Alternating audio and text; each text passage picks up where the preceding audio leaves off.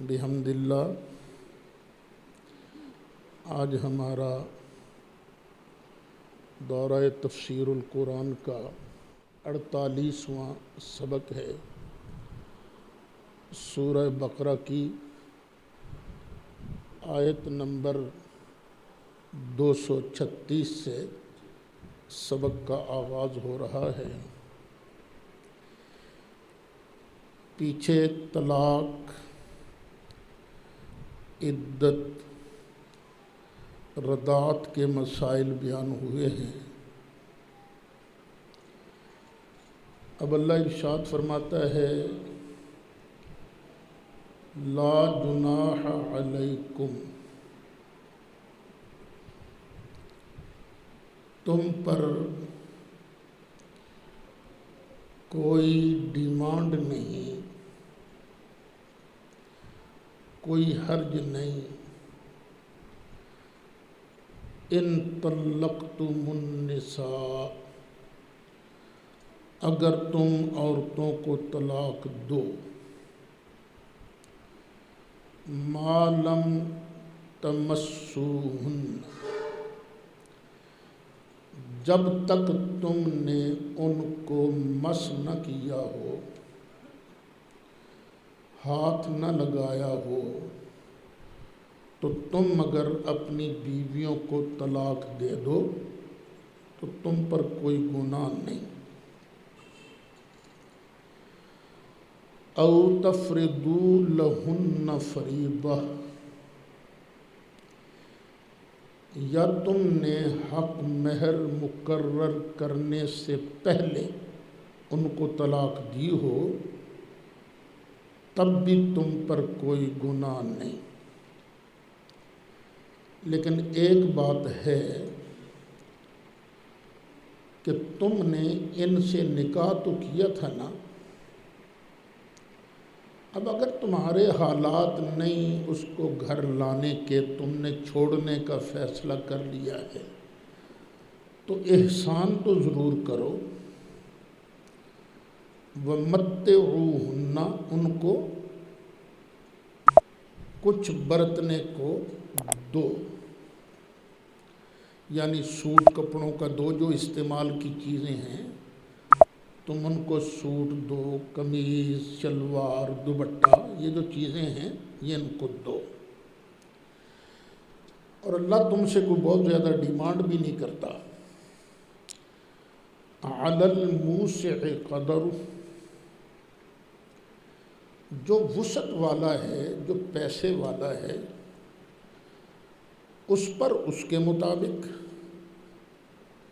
وَعَلَى الْمُقْتِرِ قَدَرُهُ، اور جو بیچارہ تنگ دست ہے، ماڑا بندہ ہے، اس پر اس کے مطابق، یعنی جیسی اس کی حیثیت ہے اپنی حیثیت کے مطابق اپنی متعلقہ کو وہ کوئی نہ کوئی چیز دے یا سوٹ وغیرہ دے۔ متاعاً بالمعروف، یہ معروف طریقے پر یہ برتنے کا سامان دینا ہے، جو دستور ہے تمہارے علاقے میں، تمہاری برادری میں جو دستور ہے اس کے مطابق دو۔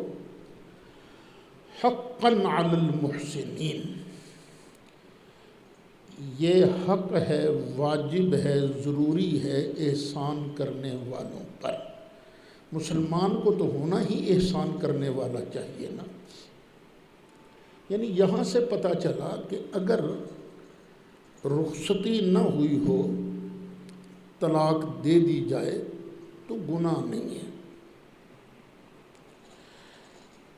پھر آگے اور مسئلہ بیان ہوا وَإِن طَلَّقْتُمُوهُنَّ مِن قَبْلِ أَن تَمَسُّوهُنَّ،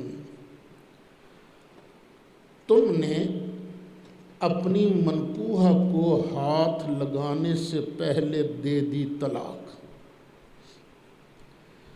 وَقَدْ فَرَضْتُمْ لَهُنَّ فَرِيضَةً، اور تم نے حق مہر بھی مقرر کر لیا تھا۔ 10 لاکھ حق مہر ہے جی، حق مہر تم نے مقرر کر لیا۔ اب تم نے اس کو بسایا نہیں، گھر لائے نہیں، اس لیے تم پر پورا حق مہر ہم لازم نہیں کرتے، تو کتنا حق مہر تمہیں دینا ہوگا؟ فنصف ما فرضتم، تو جو تم نے مقرر کیا تھا نا حق مہر، اس کا آدھا تم دو گے۔ یعنی 10 لاکھ حق مہر مقرر تھا تو کتنا دینا پڑے گا؟ 5 لاکھ۔ الا ان یعفونا، ہاں ایک صورت ہے یہ عورتیں جو ہیں یہ کچھ معاف کر دیں، وہ فراخ دلی دکھائیں، کہیں کہ چلو 5 لاکھ نہیں تم 3 لاکھ دے دو، کچھ معاف کر دیا، سارا معاف کر دیا، اس کی مرضی۔ او یعفو والذی بیدہ عقدۃ النکاح،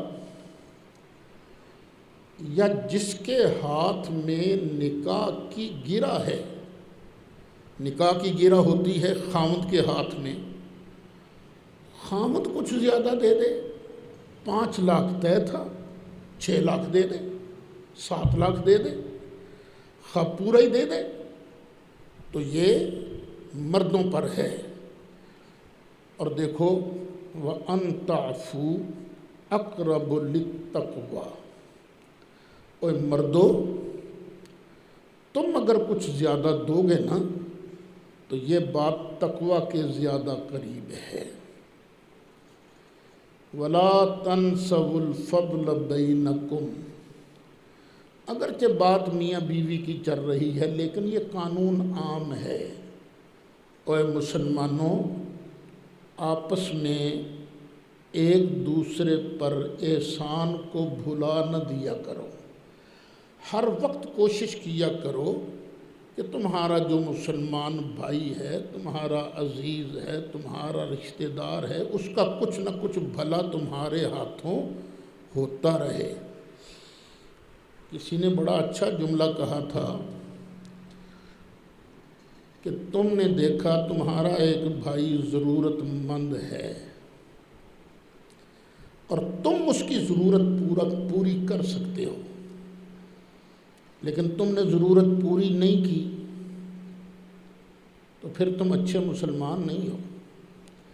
اچھا مسلمان وہی ہے جو اپنے بھائی کی ضرورت محسوس کرے اور اس کے پاس ہو بھی تو اپنے بھائی کی ضرورت کو پورا کرے۔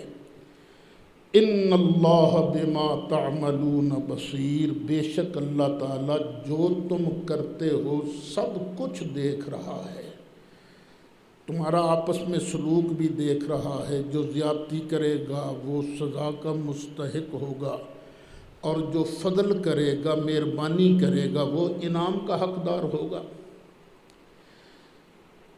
پہلے جتنے مسائل بیان ہوئے ہیں رضاعت کے، طلاق کے، نکاح کے، سب میں یہی بات مشترک ہے کہ تمہارے دل کے اندر تقوی ہونا چاہیے۔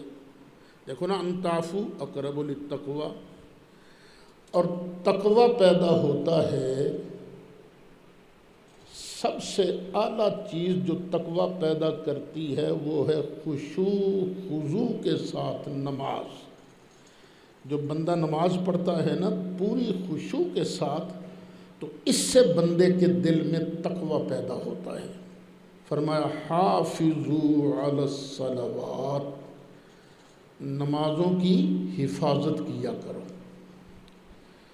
والصلاۃ الوسطیٰ، اور درمیانی نماز کی خاص طور پر حفاظت کیا کرو۔ اب یہ درمیانی نماز کون سی ہے؟ اکثر مفسرین اسی طرف گئے ہیں کہ درمیانی نماز سے مراد ہے نماز عصر، کیونکہ 2 صبح نمازیں، وہ فجر اور ظہر کی، پھر مغرب اور عشاء کی رات کی نمازیں، اور درمیان میں نماز عصر۔ خود نبی کریم علیہ السلام کا ارشاد گرامی ہے صلاۃ الوسطیٰ ہی صلاۃ العصر، اور اس کی وجہ جو سمجھ میں آتی ہے وہ یہ کہ سعودی عرب کا علاقہ ہو، حجاز مقدس کا علاقہ ہو، یا ہمارے پاک و ہند کا علاقہ ہو، یہاں گاہکی کا سب سے زیادہ زور اسی وقت ہوتا ہے۔ گاہک کھڑا ہے، نماز کا بلاوا آ گیا، تم نے دکان کو اللہ کے سپرد کیا، بند کی، گاہک کو نہیں نپٹایا، اللہ کی بارگاہ میں سجدہ ریز ہونے چل دیے، تو اس کا مطلب کیا ہے؟ تمہارا بھروسہ، تمہارا توکل گاہک پر نہیں ہے، گاہک بھیجنے والے پر تمہارا توکل ہے۔ تو اس لیے خاص طور پر نماز عصر کی حفاظت کیا کرو، وَقُومُوا لِلَّهِ، اور قیام کیا کرو اللہ کے لیے۔ کھڑے ہونا ہے اللہ کے لیے، قانتین، عاجزی سے، ادب سے، سکون سے۔ مسئلہ رفع یدین جو ہے اس میں اختلاف تو ہے، حضرت امام شافعی کا، حضرت امام اعظم ابو حنیفہ رحمۃ اللہ علیہ کا اختلاف تو ہے، حنابلہ سے بھی اختلاف ہے، دونوں طرف حدیثیں موجود ہیں۔ ہم کہتے ہیں کہ ہماری حدیثوں میں جان زیادہ ہے، قوت زیادہ ہے، اور مخالفین کے پاس کوئی ایک بھی دلیل ایسی نہیں پوری بخاری اور مسلم میں جس سے کہ دوام رفع ثابت ہو، کوئی دلیل ایسی نہیں۔ اور جو ہمارے پاس دلیل ہے وہ قرآن مجید کی اس آیت کے مطابق ہے۔ اللہ کہتا ہے اللہ کی بارگاہ میں عاجزی سے کھڑے ہو جاؤ۔ اب دیکھو، تم نماز پڑھ رہے ہو، رکوع جاتے وقت تم نے کیا یوں، اور ایک آدمی بڑے آرام سے رکوع میں چلا گیا۔ اب قنوت کس کے اندر زیادہ پایا گیا؟ عاجزی کس کے اندر زیادہ پائی گئی؟ چونکہ ہماری احادیث جو ہم بیان کرتے ہیں اس آیت کے مطابق ہیں، اس لیے ہم اپنے والی احادیث کو ترجیح دیتے ہیں۔ فَإِنْ خِفْتُمْ، یہ تو ہو گیا نا حالت امن کی نمازوں کا ذکر۔ پھر اگر تمہیں خوف ہو، فَرِجَالًا، پیدل بھی پڑھ سکتے ہو، اور رکباناً، اور سواری کی حالت میں بھی، سوار ہو کر بھی تم نماز پڑھ سکتے ہو۔ اَيْنَمَا تُوَلُّوا فَثَمَّ وَجْهُ اللَّهِ، جدھر بھی تم رخ کرو گے اللہ کی ذات کے جلوے ادھر ہی موجود ہیں۔ فَإِذَا أَمِنْتُمْ، پھر جب خوف والی حالت ختم ہو جائے، اطمینان والی حالت طاری ہو جائے، اطمینان ہو جائے، فَاذْكُرُوا اللَّهَ، تو پھر اللہ کا ذکر کیا کرو، اللہ کو یاد کیا کرو، کَمَا عَلَّمَكُمْ، جس طرح کہ اللہ نے تم کو سکھایا، مَا لَمْ تَكُونُوا تَعْلَمُونَ، جو تم نہیں جانتے تھے، جو تمہیں اللہ نے سکھایا ذکر پھر ویسے کیا کرو۔ اور اللہ نے سکھایا ہے محبوب علیہ السلام کے ذریعے سے، تو سرکار کی دعائیں موجود ہیں، نماز کے بعد سرکار فلاں ذکر کیا کرتے تھے، فلاں ذکر کیا کرتے تھے، فلاں ذکر کیا کرتے تھے۔ تو جو بھی تمہیں اللہ کا ذکر تمہاری طبیعت لگے جس طرف، تو اسی طرح اللہ کا ذکر کیا کرو۔ وَالَّذِينَ يُتَوَفَّوْنَ مِنْكُمْ وَيَذَرُونَ أَزْوَاجًا، جو لوگ تم میں سے فوت ہو جائیں اور چھوڑ جائیں بیویاں، یعنی فوت ہو جائیں کا مطلب فوت ہو جانے کے قریب ہوں، وصیۃً لِأَزْوَاجِهِمْ، وہ اپنی بیویوں کے بارے وصیت کر جائیں، کس چیز کی؟ متاعاً الی الحول غیر اخراج، کہ پورا سال ان کو نان و نفقہ تم نے دینا ہے، گھر سے نکالنا نہیں ہے، کہ تم ان کے بارے وصیت کر جاؤ۔ اچھا، بعض علماء نے کہا ہے کہ وہ جو عدت آئی تھی نا، والذین یتوفون منکم ویذرون ازواجا یتربصن بانفسہن اربعۃ اشہر وعشرا، اس آیت سے یہ آیت منسوخ ہے، لیکن منسوخ ماننے کی کوئی ضرورت نہیں ہے۔ یعنی تم یہ کہہ جاؤ کہ میری بیوہ کو سال تک گھر میں رکھنا، خرچہ ورچہ دینا، اگر وہ خود جاتی ہے 4 مہینے 10 دن کے بعد تو اس کی اپنی مرضی۔ فَإِنْ خَرَجْنَا فَلَا جُنَاحَ عَلَيْكُمْ، پھر اگر وہ خود نکل جائیں تو تم پر تو کوئی گناہ نہیں، فِي مَا فَعَلْنَ فِي أَنفُسِهِنَّ مِن مَّعْرُوف، اس صورت میں جو انہوں نے اپنے معاملہ میں مناسب طور پر کیا ہے، تو تم پر کوئی مواخذہ نہیں ہے۔ واللہ عزیز حکیم، اور اللہ تعالیٰ غالب ہے، حکمت والا ہے۔ وَلِلْمُطَلَّقَاتِ مَتَاعٌ بِالْمَعْرُوفِ، اور جن کو طلاق ہو جائے ان کو معروف طریقے پر کچھ برتنے کا سامان دو، سوٹ وغیرہ دے دیا کرو۔ حق مہر تو الگ ہے نا، وہ تو دینا ہی ہے، لیکن جن کو طلاق ہو گئی ان کو تم معروف طریقے کے مطابق نان و نفقہ دو، حقاً علی المتقین، یہ متقین پر واجب ہے۔ عدت کے دوران تم خرچہ ورچہ ان کو لازم دو گے، اور اگر بہتر ہے تمہارے لیے تو سال تک ان کو وصیت کر جاؤ جو بیوہ ہیں کہ وہ ان کو باہر نہ نکالا جائے، اور جو طلاق یافتہ ہیں، طلاق یافتہ کے لیے بھی تم نے نان و نفقے کا انتظام کرنا ہے، عدت تک تمہارے اوپر لازم ہے۔ كَذَلِكَ يُبَيِّنُ اللَّهُ لَكُمْ آيَاتِهِ لَعَلَّكُمْ تَعْقِلُونَ، ایسے ہی اللہ تعالیٰ تمہارے لیے بیان کرتا ہے اپنی آیتیں تاکہ تم عقل اختیار کرو، سمجھ اختیار کرو۔ اب اس کے بعد 2 واقعات اللہ تعالیٰ بیان فرماتا ہے۔ حکم ہو رہا ہے، تلقین کی جا رہی ہے صحابہ کرام کو کہ تم نے جہاد کے لیے نکلنا ہے۔ یہ ساری باتیں سنانے کا مقصد کیا ہے کہ صحابہ کو جہاد کے لیے تیار کیا جائے۔ کئی ذہنوں میں آ سکتا تھا جہاد میں جائیں گے، زخم لگیں گے، مر جائیں گے، آ سکتا تھا ذہن میں، تو اللہ تعالیٰ ہر خدشے کو دور فرما رہا ہے۔ بنی اسرائیل کے زمانہ میں ایک قوم تھی،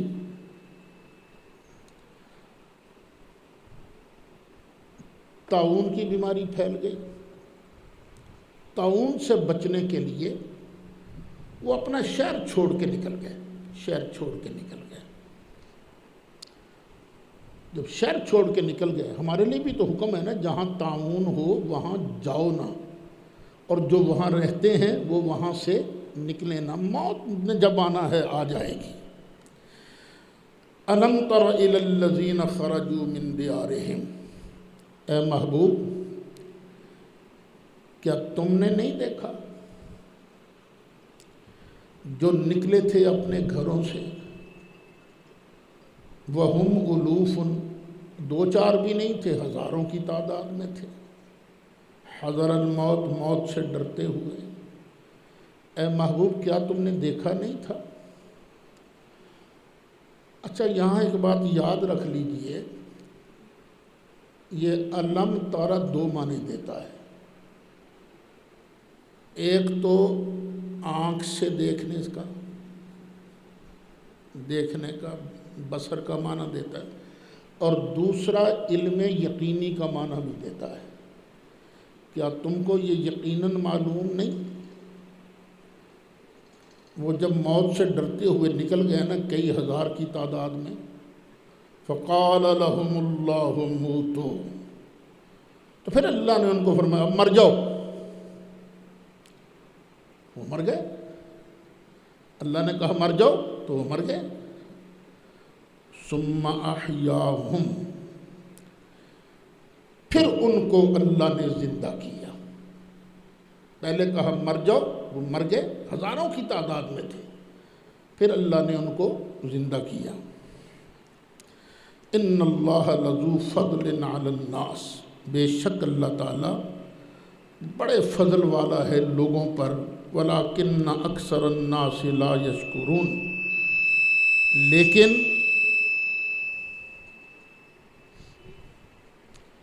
لیکن اکثر لوگ ناشکرے ہیں، شکر نہیں ادا کرتے۔ یہاں سے مسئلہ یہ بھی ایک معلوم ہوا، ایک ہے قانون اور ایک ہے قدرت۔ قانون الہی یہی ہے کہ جو یہاں مر گیا اب دوبارہ اسی دنیا میں زندہ نہیں ہوگا، اور قدرت کیا ہے؟ اللہ جس کو چاہے زندہ کر دے۔ اب یہاں اللہ کی قدرت کا بیان ہو رہا ہے، اور یہ قدرت کا بیان جو ہے اس سے پہلے بھی ہو چکا ہے۔ وہ تھا نا بنی اسرائیل کی گائے والا واقعہ، تو اللہ نے کیا حکم دیا تھا؟ فَقُلْ نَضْرِبُوهُ بِبَعْضِهَا، پہلا پارہ آیت نمبر 73۔ ہم نے آرڈر دیا تھا اس مقتول کو، اس گائے کا ایک ٹکڑا مارو۔ كَذَلِكَ يُحْيِي اللَّهُ الْمَوْتَى، جس طرح ہم نے اس مردے کو زندہ کیا ہے اسی طرح اللہ مردوں کو زندہ کرے گا، یعنی قیامت کے دن اللہ تعالیٰ اسی طرح زندہ فرمائے گا۔ پھر آگے بھی اگلے سپارے میں ہی ہیں، تیسرے پارے میں 3-4 مثالیں آئیں گی۔ تو قانون کیا ہے؟ جو ایک مرتبہ دنیا میں مر جائے دوبارہ زندہ نہیں ہوتا، لیکن اللہ کی قدرت کیا ہے؟ جس کو چاہے زندہ کر دے۔ اس طرح کی مثالیں قرآن پاک میں بار بار، اس بات کو یاد رکھنا ہے آپ نے، یہ آپ کو نقطہ فائدہ دے گا جب حیات عیسیٰ علیہ السلام کا ہم تذکرہ کریں گے۔ وَقَاتِلُوا فِي سَبِيلِ اللَّهِ، اور اللہ کی راہ میں قتال کرو، جہاد کرو۔ وَاعْلَمُوا أَنَّ اللَّهَ سَمِيعٌ عَلِيمٌ، بے شک اللہ تعالیٰ، جان لو بے شک اللہ تعالیٰ سننے والا ہے، جاننے والا ہے۔ مَنْ ذَا الَّذِي يُقْرِضُ اللَّهَ قَرْضًا حَسَنًا، کون ہے جو اللہ کو قرض حسن دے گا؟ کون ہے جو اللہ کو قرض حسن دے گا؟ کوئی ہے قرض حسن دینے والا؟ فَيُضَاعِفَهُ لَهُ أَضْعَافًا كَثِيرَةً، پھر اللہ اسے کئی گنا کر کے واپس دے گا۔ یہ نہ سمجھنا کہ قرضہ دینے سے، ہم اللہ کی راہ میں خرچ کرنے سے تنگ دست ہو جائیں گے، نہیں۔ وَاللَّهُ يَقْبِضُ وَيَبْسُطُ، اللہ تعالیٰ ہی تنگی دینے والا ہے، اللہ تعالیٰ ہی وسعتیں دینے والا ہے۔ ایک بڑے معروف تابعی ہیں، ان کا نام ہے حضرت ابو عثمان نہدی یا عثمان نہدی، بصرہ کے رہنے والے تھے۔ پتہ چلا کہ حضرت سیدنا ابو ہریرہ رضی اللہ عنہ ایک حدیث بیان کرتے ہیں، اور وہ حدیث یہ ہے کہ جو بندہ اللہ کی راہ میں ایک دے گا، اللہ اس کو جواب میں 10 لاکھ عطا فرمائے گا۔ یہ انہوں نے حدیث کسی اور سے سنی تھی، اور جو حدیثوں کے صحیح عاشق تھے وہ تو ایک ایک حدیث کے لیے بڑا سفر کیا کرتے تھے۔ حج کا موسم آیا، پتہ چلا کہ حضرت ابو ہریرہ بھی حج کے لیے آ رہے ہیں۔ حج کے لیے گئے، ساتھ ہی نیت یہ بھی کر لی کہ میں خود اپنے کانوں سے حضرت ابو ہریرہ سے یہ حدیث سنوں گا۔ پتہ چلا سفر ایک ہو، نیتیں کئی ہوں، تو اللہ تعالیٰ الگ الگ نیت کا ثواب عطا فرماتا ہے۔ اب ان کی ڈبل نیت ہو گئی نا۔ ملے حج کے موقع پر حضرت سیدنا ابو ہریرہ رضی اللہ عنہ سے عرض کیا، میں نے یہ حدیث سنی ہے آپ کے حوالے سے۔ فرمایا میں نے تو یہ نہیں کہا، جس نے تمہیں حدیث سنائی ہے نا اس نے پورا یاد نہیں کیا۔ میں نے تو نبی کریم علیہ السلام سے جو سنا ہے، جو میں بیان کرتا ہوں، وہ یہ ہے کہ جو بندہ اللہ کی راہ میں ایک خرچ کرتا ہے، اللہ تعالیٰ اس کے بدلے میں اسے 20 لاکھ دیتا ہے۔ 10 لاکھ نہیں، 20 لاکھ عطا کرتا ہے۔ واللہ یقبض و یبسط، اللہ تعالیٰ ہی تنگی دیتا ہے، اللہ تعالیٰ ہی وسعتیں عطا فرماتا ہے۔ تو اللہ کی راہ میں یہ دیا کرو۔ اور اس دور میں یہ جو ہمارے دینی مدارس ہیں، یہ اس کا بہترین مصرف ہے، بہترین مصرف۔ دیکھو، جب کسی کو ضرورت ہوتی ہے نا، ضرورت، اس کی ضرورت کو اگر پورا کیا جائے تو اس کا اجر زیادہ ہوتا ہے۔ یہ کرونا کی وجہ سے ہمارے مدارس پر، خاص طور پر ہم پر، یہ بڑا ایک مشکل وقت آیا نا، اخراجات بھی پورے نہیں ہو رہے، بجلی کے بل دینے بھی بڑے مشکل ہو رہے ہیں۔ تو جو اللہ کا بندہ سن رہا ہے وہ دیکھے، توجہ کرے۔ ایک دو گے تو حضرت ابو ہریرہ نبی پاک علیہ السلام کا ارشاد سنا رہے ہیں، اللہ تعالیٰ ایک کے بدلے 20 لاکھ عطا فرمائے گا۔ وَإِلَيْهِ تُرْجَعُونَ، اور اسی کی طرف تم سب کو لوٹ کے جانا ہے۔ پھر آگے دوسرا واقعہ، أَلَمْ تَرَ إِلَى الْمَلَإِ مِنْ بَنِي إِسْرَائِيلَ مِنْ بَعْدِ مُوسَىٰ، کیا محبوب تو نے نہیں دیکھا اس گروپ کو جو بنی اسرائیل کا تھا اور تھا بھی موسیٰ علیہ السلام کے بعد؟ اذ قالوا لنبی لہم، جب انہوں نے اپنے نبی سے عرض کیا۔ اس نبی کا نام حضرت سیدنا شموئیل علیہ السلام بیان کیا جاتا ہے۔ یہ بنی اسرائیل کا گروہ تھا، کافروں سے لڑتے تھے، مار کھا جاتے تھے، کافر آتے ڈکیٹیاں کرتے، لے جاتے ان کا مال متا، تنگ آ گئے۔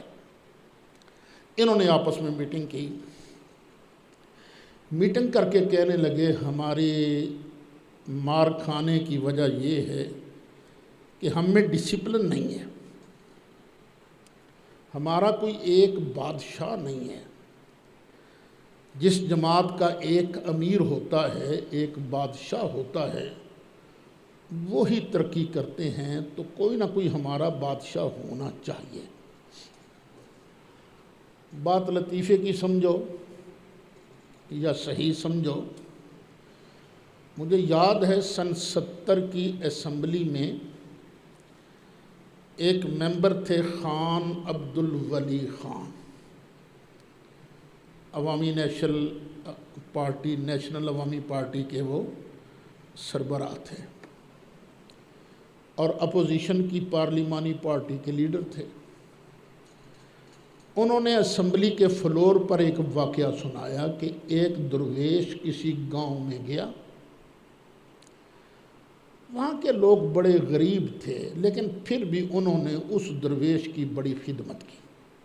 درویش خوش ہو گیا، صبح جاتے ہوئے دعا دے کر گیا، اللہ تعالیٰ تمہیں ایک امیر، ایک سربراہ عطا کرے۔ دعا دے کے چلا گیا، دعا قبول ہو گئی۔ گاؤں والوں نے اپنا ایک امیر، ایک سربراہ منتخب کر لیا، جس کی قیادت میں وہ ترقی کرتے گئے، اور ترقی کا نتیجہ خوشحالی ہوتا ہے، خوشحالی کا نتیجہ پھر نوجوانوں میں بدماشی بھی ہوتی ہے، تو بدماش بھی بن گئے، لاپرواہ بھی ہو گئے، اور 20-25 سال کے بعد نا وہی درویش پھر پھرتا پھراتا اسی گاؤں میں آیا۔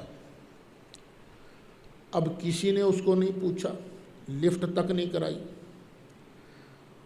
جب وہ نکلا تو پھر دعا دے کے گئے، اللہ تمہارے گھر گھر میں لیڈر پیدا کرے۔ وہ دعا بھی قبول ہوگی، گھر گھر میں لیڈر پیدا ہوا، خوب آپس میں لڑے۔ وہ خان عبد الولی خان یہ واقعہ سنا کر کہتے تھے ہم پاکستانیوں کو کسی درویش کی بد دعا لگی ہے، ان کو تو پتہ نہیں لگی کہ نہیں لگی، پاکستانیوں کو، سنیوں کو تو لگی ہوئی ہے۔ دعا کرو کہ اللہ تعالی ہمیں بھی ایک لیڈر عطا فرمائے جو واقعی جامع الصفات ہو، ایک لیڈر ہو۔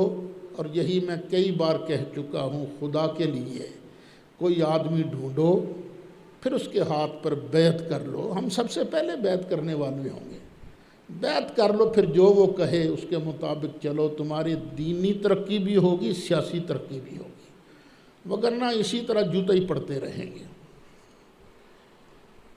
اذ قالوا لنبی لہم، جب انہوں نے اپنے نبی سے عرض کیا، ابعث لنا ملکا، ہمارے لیے کوئی بادشاہ کھڑا کر دے، نقاتل فی سبیل اللہ، تاکہ ہم اللہ کی راہ میں جہاد کریں، اس کی قیادت میں اللہ کی راہ میں جہاد کریں۔ قال هل عصیتم ان کتب علیکم القتال الا تقاتلوا، تو اس وقت کے نبی نے فرمایا لگتا تو یہی ہے کہ اگر تم پر جہاد فرض کر دیا گیا نا تو تم پھر کرو گے نہیں، قتال کرو گے نہیں، جہاد کرو گے نہیں۔ قالوا، انہوں نے کہا وما لنا الا نقاتل فی سبیل اللہ، آپ سوچیں تو صحیح ذرا، ہم کیوں نہیں لڑیں گے اللہ کی راہ میں؟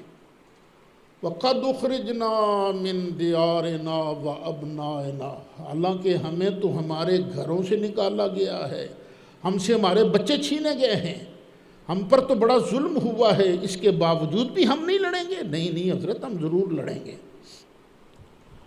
فَلَمَّا كُتِبَ عَلَيْهِمُ الْقِتَالُ، پھر جب ان پر قتال فرض کر دیا گیا، تولوا، تو منہ پھیر گئے، الا قلیلا منہم، مگر ان میں سے تھوڑے پکے رہے، باقی کے منہ پھیر کر چلے گئے۔ واللہ علیم بالظالمین، اور اللہ تعالیٰ خوب جانتا ہے ظالموں کو۔ وقال لهم نبیہم، اور ان سے ان کے نبی نے فرمایا، ان اللہ قد بعث لکم طالوت ملکا، بے شک اللہ نے طالوت کو تمہارا بادشاہ بنا کر بھیجا ہے۔ بعث کا معنی اعلیٰ حضرت نے یہاں یہی کیا ہے کہ بے شک اللہ نے طالوت کو تمہارا بادشاہ بنا کر بھیجا ہے۔ بنا کر بھیجنا ہوتا ہے بعثت کا معنی۔ جب مسئلہ نبوت چل رہا تھا اس وقت ہم پوچھتے تھے بتاؤ سرکار کی بعثت کتنی عمر میں ہوئی؟ فٹ کہتے تھے 40 سال میں۔ جب پوچھتے تھے بعثت کا معنی کیا ہے تو کہتے اس کا معنی اعلان نبوت ہے، اور اس کا معنی اعلان نبوت نہیں ہوتا، اس کا معنی ہوتا ہے بنانا۔ 40 سال کی عمر میں نبی کریم علیہ السلام کو نبی بنایا گیا تھا۔ دیکھنا جہان ہیں دو، ایک ہے یہ جہان عالم اجساد۔ عالم اجساد میں یقیناً آدم علیہ السلام پہلے نبی ہیں، سب سے پہلے ان کو نبی بنایا گیا، اور سب سے آخر میں ہمارے آقا و مولا صلی اللہ علیہ وسلم کو نبی بنایا گیا۔ وہی یہاں آئی، وہی پیچھے گزرا ہے نا، فَبَعَثَ اللَّهُ النَّبِيِّينَ مُبَشِّرِينَ وَمُنذِرِينَ، پھر بھیجا اللہ تعالیٰ نے نبیوں کو اس حال میں کہ نبی بشارت دینے والے ہیں، ڈرانے والے ہیں۔ یہ جہان جو ہے ختم نبوت کا تعلق اس جہان سے ہے، اور ایک ہے اس جہان سے پہلے عالم ارواح۔ اچھا یہ جو ہے نا عالم اجساد والی نبوت اور ختم نبوت، یہاں سرکار کا آخری نبی ہونا یہ دلیل قطعی سے ثابت ہے، قطعی الثبوت، قطعی الدلالت۔ اور ایک ہے عالم ارواح میں نبی ہونا، تو وہ دلیل ظنی سے ثابت ہے، ہم اس کو بھی مانتے ہیں۔ وہاں سرکار بالفعل نبی تھے، لیکن وہ کیفیت کیا تھی وہ ہمیں نہیں پتہ۔ یہاں کی کیفیت کا کچھ پتہ ہے، سرکار تبلیغ کرتے تھے، اللہ اللہ سکھاتے تھے، لیکن وہاں کیا تھی؟ تھے بالفعل نبی، لیکن اس کی کیفیت کا ہمیں علم نہیں۔ تو بعثت کا معنی ہے بنانا۔ قالوا انا اچھا، اللہ نے فرمایا بے شک، نبی نے فرمایا بے شک اللہ تعالیٰ نے طالوت کو تمہارا بادشاہ بنا کر بھیجا ہے۔ قالوا، انہوں نے عرض کیا، انا یکون لہ الملک علینا، یہ ہمارا بادشاہ بن کیسے سکتا ہے؟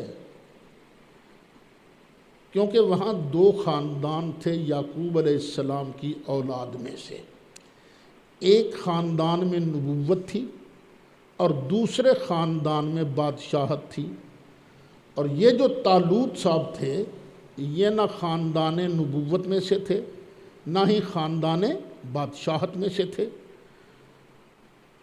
تو انہوں نے کہا جناب یہ ہمارا بادشاہ بن کیسے سکتا ہے؟ وَنَحْنُ أَحَقُّ بِالْمُلْكِ مِنْهُ، اس سے زیادہ سلطنت حکومت کے تو ہم حقدار ہیں۔ دوسری بات یہ وَلَمْ يُؤْتَ سَعَةً مِّنَ الْمَالِ، یہ بولتے پیسے بھی چوکھے کوئی نہیں، اور نہیں دی گئی اسے وسعت مال کی، مال بھی اس کے پاس زیادہ نہیں۔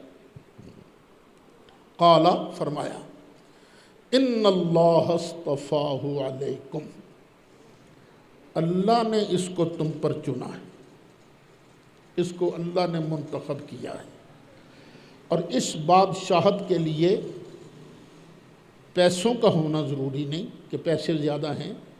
وَزَادَهُ بَسْطَةً فِي الْعِلْمِ وَالْجِسْمِ، اللہ نے اس سے دو کوالٹیاں دی ہیں، اس کو وسعت دی ہے علم میں بھی اور جسم میں بھی۔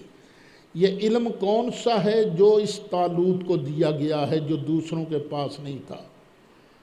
لڑنے کا علم، بادشاہت کا علم۔ کئی لوگ بادشاہ تو بن جاتے ہیں نا، لیکن پتہ ہوتا نہیں بادشاہت کرنی کیسے ہے، حکومت کرنی کیسے ہے، جس طرح کہ آج کل نظر آ رہا ہے۔ اور طالوت کو دو چیزیں دی گئی ہیں، کون کون سی؟ علم بھی، حکومت کرنے کا علم، لڑانے کا علم، اور جسم کی پاور بھی دی گئی ہے۔ واللہ یؤتی ملکہ من یشاء، اللہ اپنا ملک ہے جسے چاہتا ہے دیتا ہے، یہ اللہ جسے چاہتا ہے دیتا ہے۔ واللہ واسع علیم، اور اللہ تعالیٰ وسعت والا ہے، علم والا ہے۔ ابھی پھر ان کے اندر نہ چن تھی تھوڑی سی۔ اب آگے حضرت شموئیل علیہ السلام نے فرمایا ان آیت ملکہ، بے شک طالوت کی حکومت کی نشانی کیا ہے؟ ان یأتیکم التابوت، تمہارے پاس وہ صندوق آ جائے گا، فیہ سکینۃ من ربکم، جس میں تمہارے رب کی طرف سے دلوں کا چین ہے، وہ صندوق آ جائے گا۔ وَبَقِيَّةٌ مِّمَّا تَرَكَ آلُ مُوسَىٰ وَآلُ ہارون، جناب موسیٰ اور جناب ہارون کی جو اولاد ہے ان کے پاس جو چند تبرکات بچے ہوئے تھے نا، وہ اس کے اندر موجود ہیں۔ موسیٰ علیہ السلام کا سوٹا مبارک، تورات کی تختیاں، اور حضرت ہارون علیہ السلام کے چند کپڑے۔ اچھا، ان کے پاس جب تک وہ تابوت رہا نا تو اللہ ان کو فتح دیتا رہا۔ پھر اس قوم کے اندر کچھ لوگ پیدا ہو گئے، ہر دور میں پیدا ہو، جو بے ادب ہوتے ہیں وہ کہتے ہیں نچ کی پہ ہے جی، تبرکات کے منکر پیدا ہو گئے۔ تو قوم عمالقہ وہ چھین کر لے گئی یہ برکت والا صندوق۔ جب چھین کر لے گئی تو اب ان پر پھر مصیبتیں پڑنی شروع ہو گئیں۔ تو حضرت شموئیل علیہ السلام نے فرمایا وہ تابوت آ جائے گا تمہارے پاس، لائے گا کون؟ تحملہ الملائکہ، اللہ کے فرشتے اسے اٹھا کر لائیں گے۔ اب یہاں دو روایتیں ملتی ہیں کہ فرشتے بالکل اٹھا کر لائے، ان کے سامنے وہ آیا، طالوت کے گھر میں آ گیا تابوت سکینہ۔ دوسرا یہ کہ وہ جو تھے نا قوم عمالقہ جن کے پاس یہ تابوت تھا، ان کے اندر بیماریاں پیدا ہو گئی، کیونکہ انہیں قد ادب کرنا سی۔ ادب تو کرتے ہیں نا اللہ والوں کی چیزوں کا ایمان والے، وہ تو بے ایمان تھے، انہوں نے ادب نہیں کیا، بیماریاں پھوٹی تو انہوں نے کہا نوسط سانو ایس صندوق دی پئی کڈو اینو باہر، انہوں نے بیل گاڑی کے اوپر صندوق رکھا اور دھکیلا، فرشتے پھر اس کو لے کر جناب طالوت کے پاس لے کر آ گئے۔ ان فی ذالک لآیۃ لکم، دیکھو اس تابوت کے آنے میں تمہارے لیے نشانی ہے اگر تم ایمان والے ہو، ان کنتم مومنین۔ جب یہ ہمارا درس شروع ہوا تھا تو عبادت کے معنی بیان کرتے ہوئے میں نے تعظیم شعائر اللہ بیان کیا تھا کہ اللہ کی نشانیوں کا ادب یہ اس کی عبادت نہیں ہوتا، یہ دل کا تقویٰ ہے۔ تو اس وقت میں نے اس پر ٹھیک ٹھاک بحث کی تھی، ذرا اس کلپ کو دوبارہ سن لیجئے گا۔ فلما فصل طالوت بالجنود، لشکر تیار ہو گیا جی، اب جناب طالوت لشکر کو لے کر نکلے۔ یہ لفظ ہے بالجنود، جندن کہتے ہیں لشکر کو، اور جنود اس کی بھی جمع ہے، لشکروں کو لے کر نکلے۔ قال بہت بڑا لشکر تھا، قال فرمایا ان اللہ مبتلیکم بنہر، اللہ تمہاری آزمائش کرنے والا ہے ایک نہر کے ذریعے، ایک دریا آئے گا، فمن شرب منہ فلیس منی، تو پیاس لگی ہوگی، گرمی ہے شدید، جس نے اس دریا کا پانی پیا نہ وہ میری جماعت میں نہیں ہوگا۔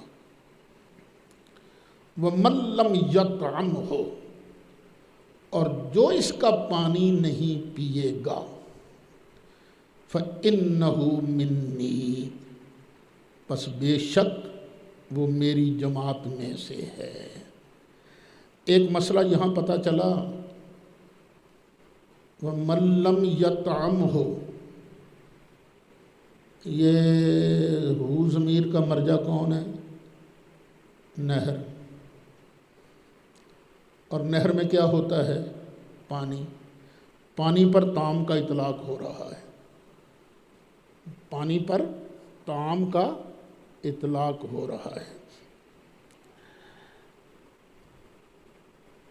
وَمَن لَّمْ يَطْعَمْهُ فَإِنَّهُ مِنِّي إِلَّا مَنِ اغْتَرَفَ غُرْفَةً، ہاں اگر کوئی آدمی یوں ہاتھ بڑھا کر دریا میں سے اپنی ایک مٹھی بھر لے اور وہ یوں کر کے ایک جرعہ لے لے تو وہ میری جماعت میں رہے گا۔ الا من اغترف غرفتم بیدہ، مگر وہ جو ایک چلو اپنے ہاتھ سے لے لے۔ فشربوا منہ، سب نے پیا، رگڑ گیا، پانی پیا سب نے، الا قلیلا منہ، مگر تھوڑے سے بچ گئے۔ اور یہ تھوڑے سے کتنے تھے؟ جتنے اصحاب بدر تھے، اصحاب بدر 310 کے قریب تھے، وہ ہیں 313 310 308، بس اتنے ہی تھے۔ فلما جاوزہ ہوا والذین آمنوا معہ، پھر جب کراس کیا دریا کو طالوت نے اور ان لوگوں نے جو ایمان والے تھے اس کے ساتھ، جب اس کے ساتھ والے مومنوں نے دریا کراس کیا، قالو، بولے لا طاقت لنا اليوم بجالوت وجنودہ، اب دیکھو تو صحیح لشکر ہے کڈا، ساڑھے کول کوئی نہیں پاور لڑن دی، نہ ہم اتنے بڑے لشکر سے نہیں لڑ سکتے، نہیں ہے ہمارے پاس طاقت آج کے دن جالوت اور اس کے لشکروں سے لڑنے کی۔ جو قوم عمالقہ کا دشمن کا سربراہ تھا، اس کا نام کیا تھا؟ اس کا جالوت۔ قال الذین یظنون انہم ملاقو اللہ، بولے وہ لوگ جنہیں اللہ سے ملنے کا یقین تھا۔ ظن گمان کے معنی میں بھی آتا ہے، یقین کے معنی میں بھی آتا ہے۔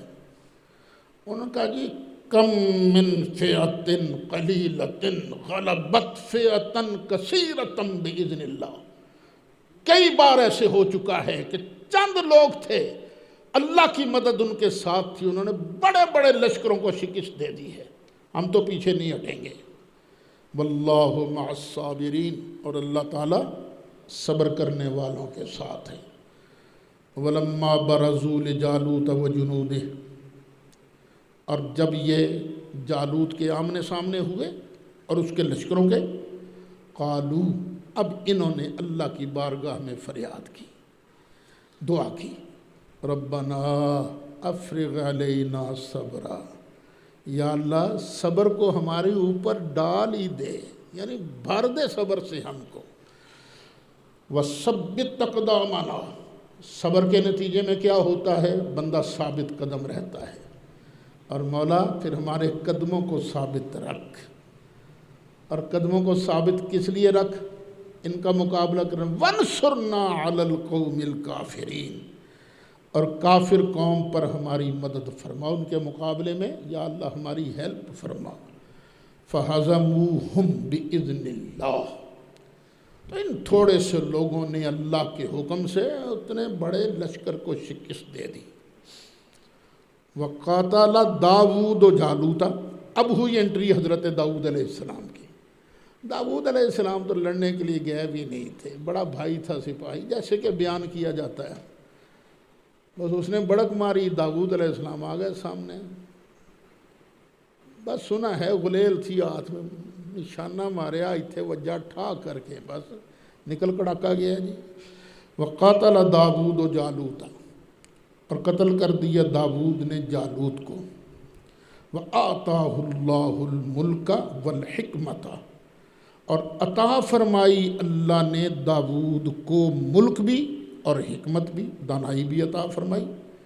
وَعَلَّمَهُ مِمَّا يَشَاءُ، اور داؤد کو وہ علم عطا فرمایا جو اللہ نے چاہا۔ آگے آئے گا عُلِّمْنَا مَنطِقَ الطَّيْرِ، ہم کو پرندوں کی بولیاں سکھائی گئیں، اللہ نے داؤدی عطا کیا گیا حضرت داؤد علیہ السلام کو۔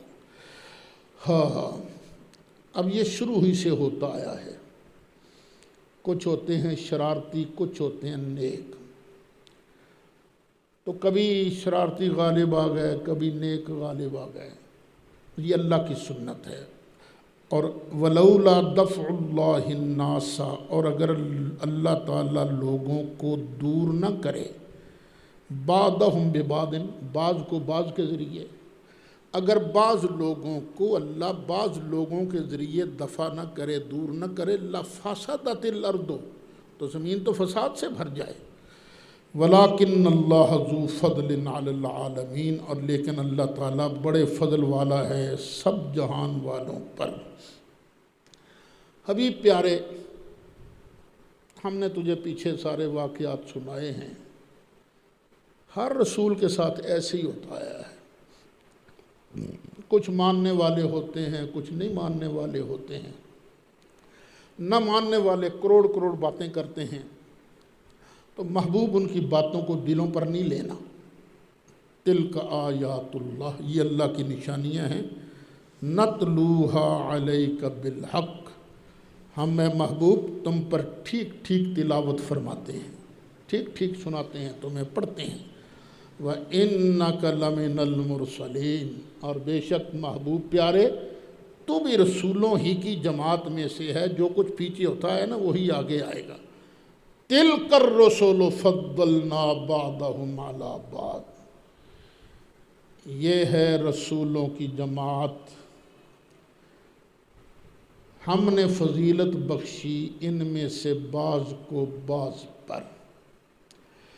اچھا، نفس نبوت میں لا نفرق بین احد من رسلہ، نفس نبوت میں فرق نہیں کرتے، لیکن اللہ تعالیٰ درجات عطا کرتا ہے۔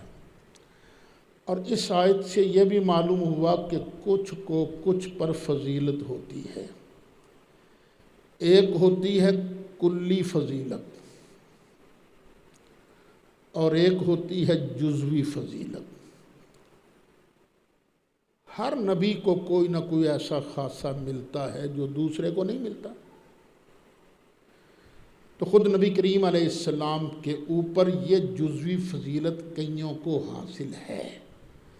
مثلا یوسف علیہ السلام خود نبی، یعقوب علیہ السلام ابا جان ہیں وہ خود نبی، اسحاق علیہ السلام دادا جان ہیں وہ خود نبی، ابراہیم علیہ السلام پر دادا جان ہیں وہ خود نبی، اور سرکار کو تو یہ شرف نہیں، یہ جزوی فضیلت ہے۔ لیکن مجموعی طور پر سب سے زیادہ درجہ اور مرتبہ اللہ نے اپنے محبوب علیہ السلام کو، ہمارے آقا و مولا صلی اللہ علیہ وسلم کو عطا فرمایا ہے۔ منہم من کلم اللہ، ان رسولوں میں سے ایک تو وہ ہے جس کے ساتھ اللہ نے کلام فرمایا، کوہ طور پر کلام فرمایا۔ ورفع بعضهم درجات، اور اٹھایا بلند کیا ان میں سے ایک کو کئی درجے، اور ایک وہ ہے جس کو کئی درجے دوسرے نبیوں پر اونچا کیا، اور یہ کون ہے؟ ہمارے آقا صلی اللہ علیہ وسلم۔ اتنا اونچا کیا، فرمایا ساری اولاد آدم کا سردار سید قیامت کے دن میں ہوں گا، سب سے پہلے جنت کا دروازہ میں کھٹکھٹاؤں گا۔ یہ سرکار کی فضیلت ہے۔ کسی اور نبی کو اللہ نے رحمت للعالمین کا لقب نہیں دیا، رحمت للعالمین کا لقب ملا ہے تو سرکار کو ملا ہے۔ کسی اور کے لیے اللہ تعالیٰ نے یہ نہیں کہا ما کان محمد ابا احد من رجالکم ولکن رسول اللہ و خاتم النبیین۔ پہلے نبی آتے رہے لیکن ان کا پیریڈ تھا ایک، اور ہمارے آقا ہیں سرکار کا پیریڈ تو اب قیامت تک سرکار کی بادشاہت ہی چلے گی، پوری روئے زمین پر میرے آقا کا سکہ چلے گا انشاءاللہ العزیز۔ وَآتَيْنَا عِيسَى ابْنَ مَرْيَمَ الْبَيِّنَاتِ، اور ہم نے عطا کیا عیسیٰ جو بیٹا ہے مریم کو کھلی نشانیاں، وَأَيَّدْنَاهُ بِرُوحِ الْقُدُسِ، اور ہم نے اس کی مدد فرمائی روح القدس کے ذریعے، پاک روح کے ذریعے۔ اور یہ پاکیزہ روح کون سی ہے؟ حضرت جبریل علیہ السلام۔ جبریل علیہ السلام حضرت عیسیٰ علیہ السلام کے ساتھ ساتھ رہا کرتے تھے۔ اللہ مدد کرنے والا ہے، لیکن عیسیٰ علیہ السلام کی مدد کس کے ذریعے کی؟ جناب عیسیٰ کے ذریعے۔ مدد اللہ ہی کرتا ہے، لیکن اللہ تعالیٰ کوئی نہ کوئی سبب پیدا فرماتا ہے۔